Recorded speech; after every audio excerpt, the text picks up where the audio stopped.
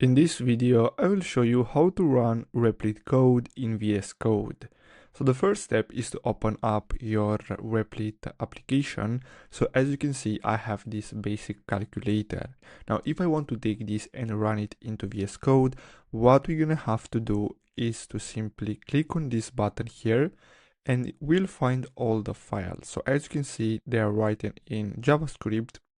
So we just have to click on these three dots and then download this as a zip file.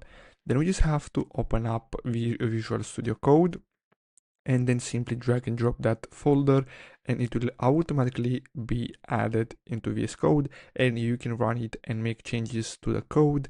So basically that's all you have to do. Just make sure that you choose the right programming language. So as you can see for Replit code, mostly it's written in JavaScript.